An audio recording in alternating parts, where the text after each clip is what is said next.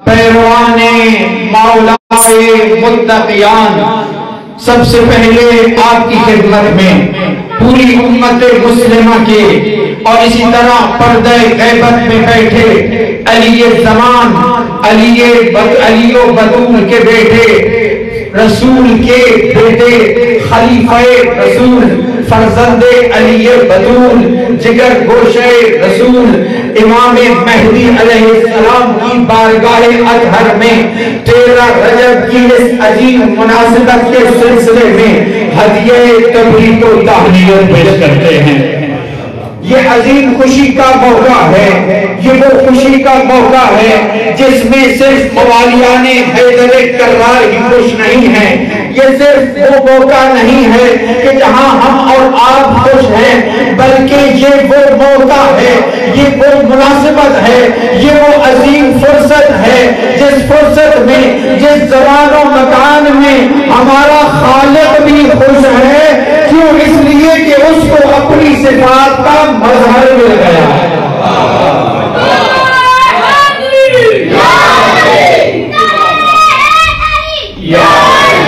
مومنین بھی خوش ہیں، مومنات بھی خوش ہیں، مسلمین بھی خوش ہیں، مسلمات بھی خوش ہیں، خالق مومنین، خالق مسلمین بھی خوش ہے۔ کیوں؟ اس لیے کہ اس کو اپنا مظہر مل گیا ہے، اس کو اپنا خلیفہ مل گیا ہے، اس کو اپنا جانشین مل گیا ہے، اس کو اپنا مبلغ مل گیا ہے، اس کو اپنا معلم مل گیا ہے، اس کو اپنا عبد معین مل گیا ہے۔ اور صرف خدا خوش نہیں، بلکہ خدا کی خوشی میں اس کا رسول بھی خوش ہے، اس کا محمد مصطفیٰ بھی خوش ہے۔ کیوں؟ اس لیے کہ اس کو بھی اپنی تعلیم و تربیت و نبوت و رسالت کا زندہ جاوید معجزہ مل گیا ہے۔ مولا علی رسول خدا کے چلتے پھرتے زندہ جاوید معجزہ تھے، رسول خدا کے تربیت یافتہ تھے، خدا کی تربیت یافتہ تھے، پھر رسول بھی خوش، اللہ بھی خوش، اور اللہ کا وہ مقدس اور عظیم دین بھی خوش۔ کیوں؟ اس لیے کہ خاتم النبیین جیسی ہستی کے 23 سال مسلسل گزر گئے، نبی خدا زحمتیں اٹھاتے رہے، مشقتیں اٹھاتے رہے، تکلیفیں برداشت کرتے رہے، اللہ کا دین پہنچاتے رہے، لیکن یہ دین اس وقت تک کامل نہیں ہونا تھا جب تک آج کے اس مولود نے پیدا نہ ہو کہ جس کی ولایت پر دین مکمل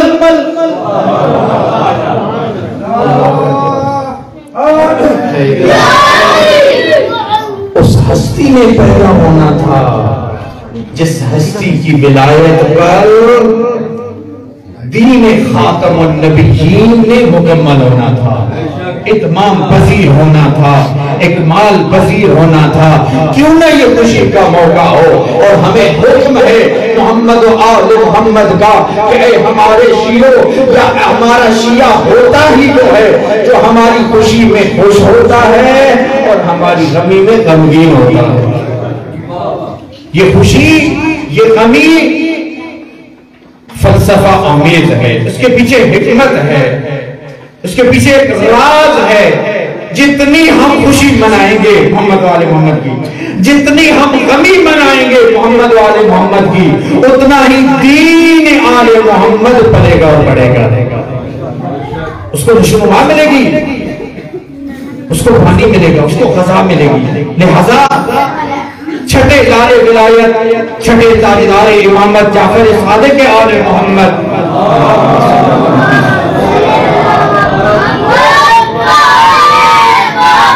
اس کا فرماتے نظر آتے ہیں رحم اللہ من احیا امرنا، خدا رحمت کرے اس پر، خدا درجات بلند کرے اس شخص کے کہ جو ہمارے امر ولایت کو زندہ کرتا ہے، جو ہمارے امر ولایت کو زندہ کرتا ہے۔ ابھی کل ہی ایک اہل سنت بھائی جوان تھے، سوال کرتے ہیں، فون کرتے ہیں، کہتے ہیں کہ ایک مسلمان بھائی ہے وہ ہمارے گھر آیا ہے ملنے کے لیے، اس کے ساتھ گپ شپ جاری ہو گئی، تو وہ کہتا ہے کہ ہم جو ہے وہ جب بھی 13 رجب آتی ہے، یہ مناسبت آتی ہے، تو ہم مولا علی کا جشن مناتے ہیں اور نیاز و تبرک کا بندوبست کرتے ہیں۔ تو وہ جو آنے والا شخص تھا وہ کہتا ہے کہ آپ کے اس تبرک کا مولا علی کو کیا فائدہ ملے گا؟ آپ کے اس تبرک کا، آپ کی اس شیرینی کا مولا علی کو، سیدنا علی مرتضیٰ کو کیا فائدہ ملے گا؟ تو میں نے کہا آپ اس کو جواب دیں۔ اس نے مجھ سے سوال کیا کہ آغا صاحب ہم اس کو کیا جواب دیں؟ میں نے اسے کہا کہ ذرا اس سے پوچھو کہ دیکھو یہ جو تم نماز پڑھتے ہو، اس نماز کا اللہ کو کیا فائدہ ہے؟ یہ جو تم نعتیں پڑھتے ہو، اس کا رسول خدا کو کیا فائدہ ہے؟ یہ جو تم حدیثیں پڑھتے ہو، اس کا اللہ اور اس کے رسول کو کیا فائدہ ہے؟ اے میرے دوست، اے میرے نادان مسلمان، یہ جو بھی ہم اپنی سعیوں کوشش کرتے ہیں یہ ہمارے اپنے فائدے کے لیے ہے۔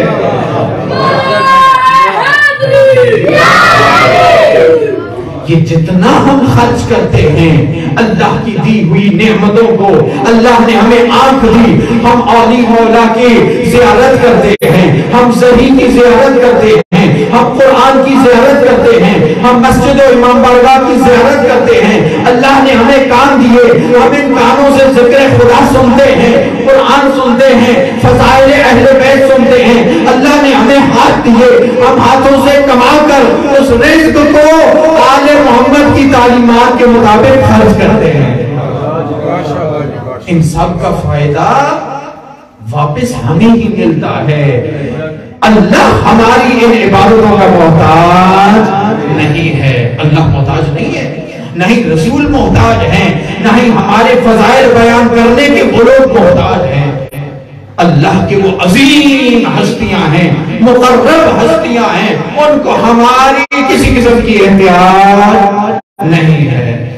لہذا افتخار کرنا چاہیے اگر کسی کو یہ موقع ملے کہ وہ فضائل آل محمد بیان کر رہا ہے، فضائل آل محمد سن رہا ہے یا فضائل آل محمد پر خرچ کر رہا ہے۔ ایک صلوات پڑھیں محمد آل محمد سے۔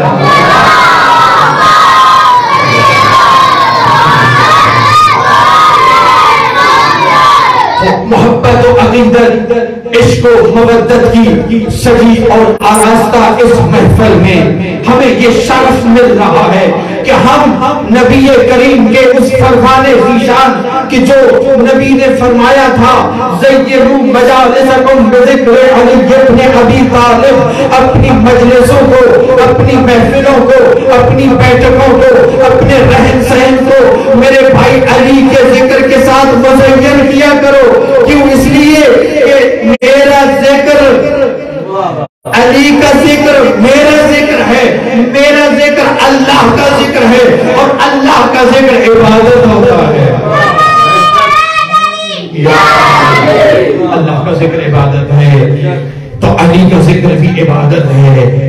آئیں علی کے ذکر کے ساتھ اپنے زبانوں کو، اپنے کانوں کو، اپنے اعضاء و جوارح کو مزین کرتے ہیں۔ یہ دعوت فکر ہے، یہ دعوت عام ہے۔ جس طرح قرآن مومنوں کو بھی دعوت دیتا ہے، مسلمانوں کو بھی دعوت دیتا ہے، انسانیت کو بھی دعوت دیتا ہے، اسی طرح ہماری دعوت بھی عام ہے۔ ہم بھی مومنوں کو بھی دعوت دے رہے ہیں، مسلمانوں کو بھی دعوت دے رہے ہیں، اور عالم انسانیت کو بھی دعوت دے رہے ہیں کہ اے بھٹکتی ہوئی انسانیت، اے بھٹکتے ہوئے انسانی معاشروں، اگر نجات چاہتے ہو تو آؤ کشتی آل محمد پر سوار ہو جاؤ، آؤ تعلیمات محمد و آل محمد کو اپنا لو۔ دنیا میں بھی عزت ہے اور آخرت میں بھی عزت ہے، دنیا میں بھی نجات ہے، آخرت میں بھی نجات ہے۔ ایک صلوات پڑھیں آل محمد کی ذات پر۔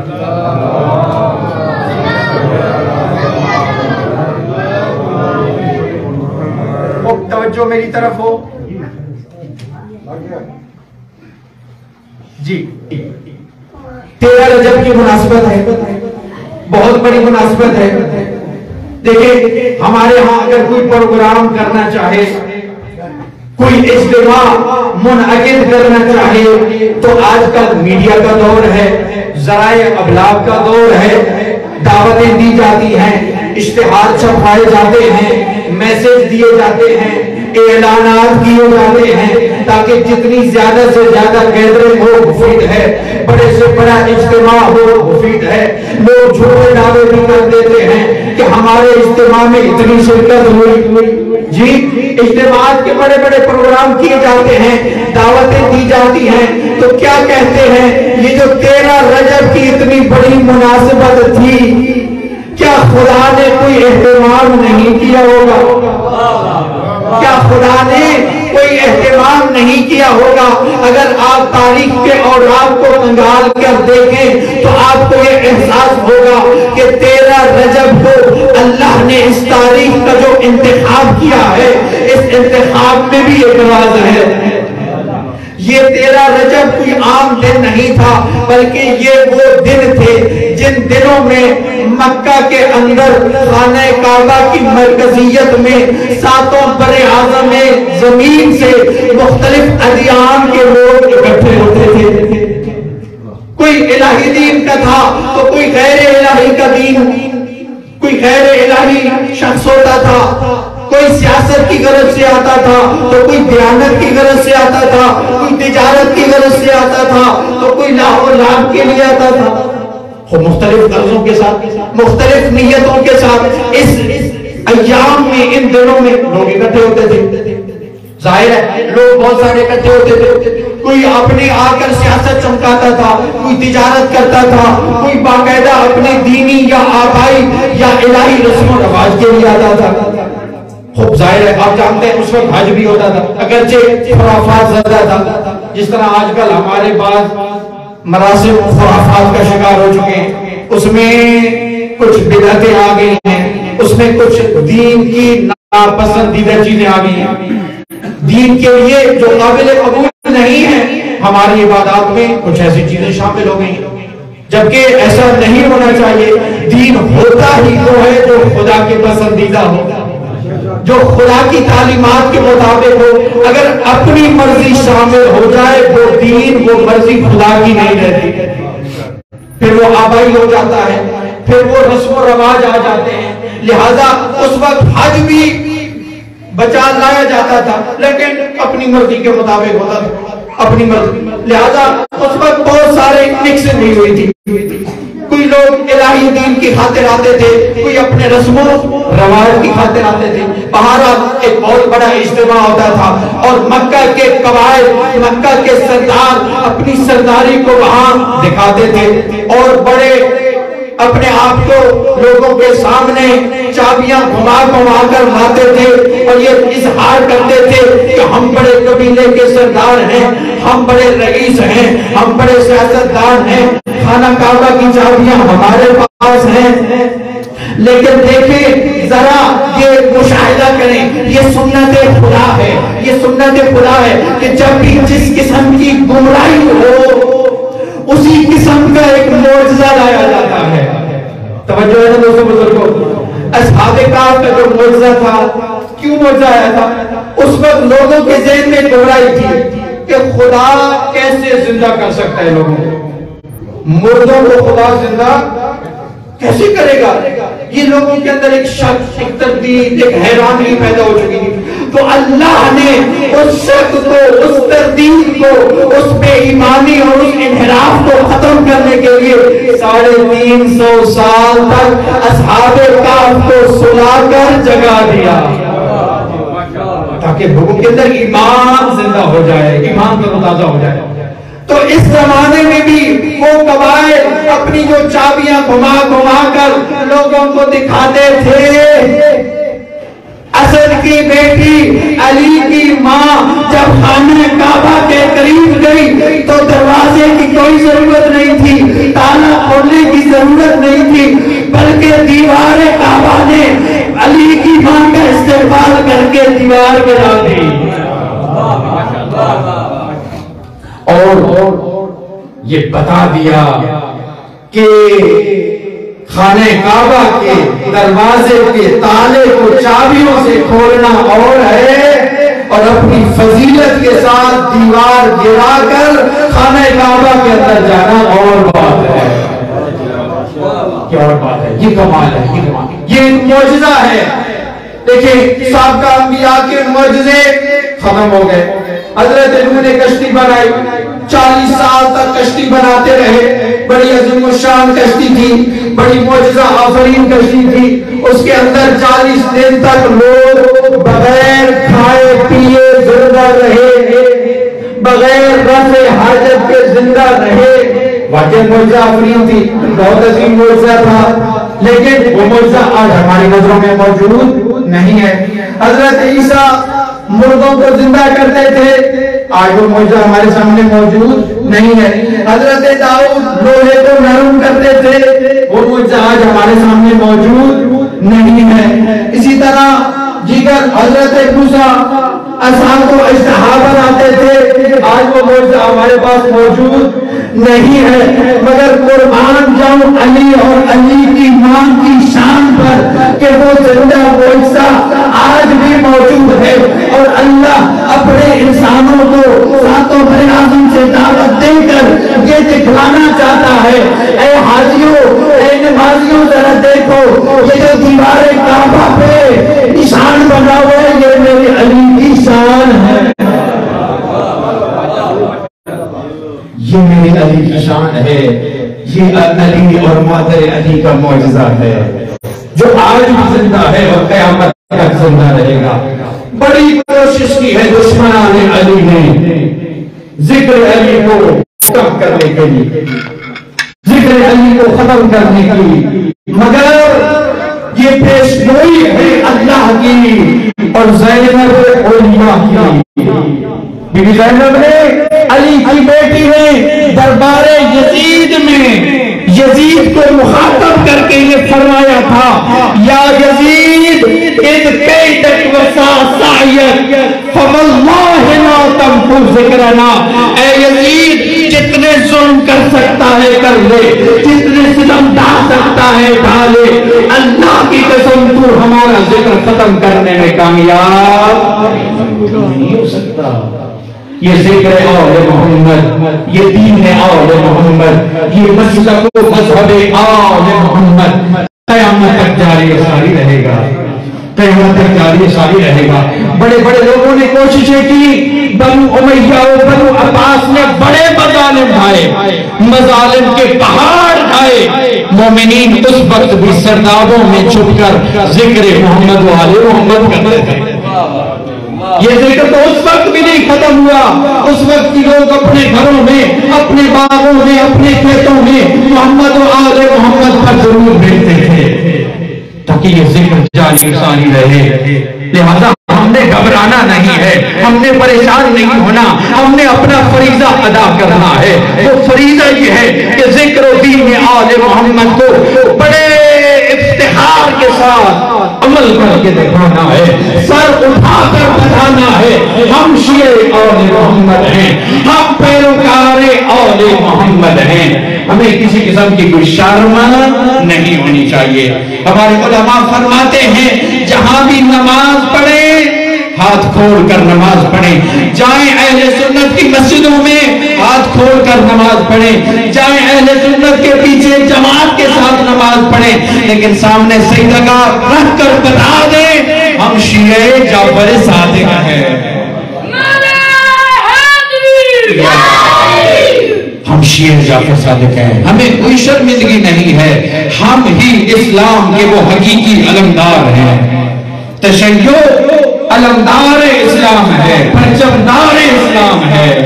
اگر اسلام کی کوئی شکل اٹھتی ہوئی اور چمکتی ہوئی اور غلبہ کرتی ہوئی نظر آتی ہے پوری دنیا میں تو وہ تشیع ہے، وہ تشیع ہے۔ آج الحمدللہ تشیع بڑی عزت میں ہے، بڑے اقتدار میں ہے۔ آج علماء فرماتے ہیں تقیہ کا دور ختم ہو چکا ہے۔ تقیہ نہ کریں دوستو عزیزو، کھل کر اپنی تشیع پر عمل کریں، اظہار کریں اپنے دین کی، اظہار کریں اپنی رائے، اپنی سوچ، اپنی فکر، اپنے مکتب، اپنے مذہب کی۔ تکیہ نہ کریں، تکیہ کا دور ختم ہو گیا ہے، ابھی غلبے کا دور آ چکا ہے۔ رہبر معظم آگے خامنہئی حفظہ اللہ نے فرما دیا ہے کہ ابھی شعب ابی طالب کا دور نہیں ہے، ابھی جب یہ خیبر کا دور ہے۔ آج خیبر کے ماننے والے اور خیبر کو اکھیڑنے والے کی اولاد اور ان کے پیروکار آج کے خیبر کو بھی اکھیڑ رہے ہیں، اکھیڑ رہے ہیں، باقیاں نیست و نابود کر رہے ہیں۔ اور رہبر معظم نے یہ پیشگوئی کر دی ہے کہ انشاءاللہ آنے والے سالوں میں اس دور کا خیبر انشاءاللہ تعالیٰ نیست و نابود ہوگا، یہودیوں کی حکومت نابود ہوگی۔ لہذا تشیع بالکل تکیہ نہ کریں، بالکل احساس کمتری کا شکار نہ ہوں۔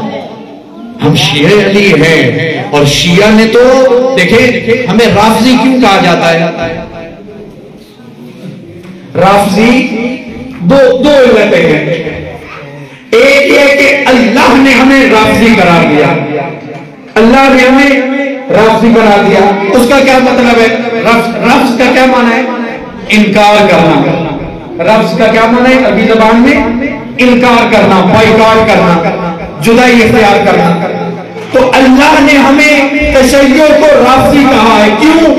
اس لیے کہ اللہ ہم سے تبرہ بھی چاہتا ہے، تولا بھی چاہتا ہے۔ اللہ ہم سے یہ چاہتا ہے اے میرے بندوں پہلے کہو لا الہ، کوئی معبود نہیں الا اللہ، اللہ معبود ہے ہمارا۔ رافضی ہم کیوں ہیں؟ اس لیے کہ ہم غیر اللہ کا انکار کرتے ہیں، ہم اللہ کے علاوہ کسی کو اپنا معبود نہیں سمجھتے۔ اپنی پوری زندگی میں، اپنی زندگی کے ہر شعبے میں اللہ کو اپنا حاکم مانتے ہیں، کسی جگہ اللہ کے علاوہ کی اطاعت نہیں کرتے۔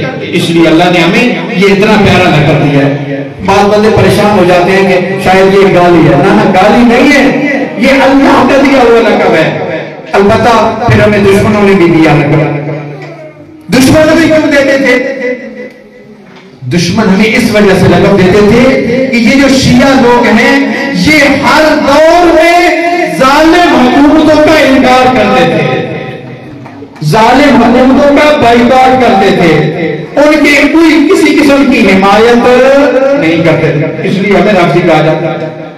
یہ افتخار کی بات ہے، کھلا بیان کریں ہم کہ ہم نے کسی دور میں بھی ظلم کی حمایت نہیں کی، ستمگار کی حمایت نہیں کی۔ ہم ہمیشہ معاشرے میں عدل و انصاف کا قیام چاہتے ہیں۔ ہم چاہے کوئی ہمارے ہم مذہب ہو یا ہمارے ہم مسلک ہو یا ہمارا ہم دین ہو یا ہمارا دین بھی نہ ہو، کوئی اور دین کا پیروکار ہو، ہمیں مولا علی نے حکم دیا ہے کونا للظالم خصما وللمظلوم عونا۔ اے میرے ماننے والوں، اے میرے شیعوں یاد رکھنا، ہر ظالم کے مخالف کرنا، ہر مظلوم کے مددگار، ہر ظالم کے مخالف اور ہر مظلوم کے مددگار۔ یہ مذہب تشیع، یہ تعلیمات حیدر کررار ہے۔ اس میں اپنی برادری، اپنی پارٹی، اپنا علاقہ، اپنی واقفیت کوئی چیز نہیں دیکھی، اپنا مذہب، اپنا مسئلہ، نہ۔ اب یہ دیکھیں کہ ظالم کون ہے اور مظلوم کون ہے۔ ظالم کے مخالف بن جاؤ اور مظلوم کے حامی اور مددگار بن جاؤ۔ یہ فکر ہے، یہ درس علی ہے۔ اس درس کے مطابق ہم نے زندگی گزارنی ہے۔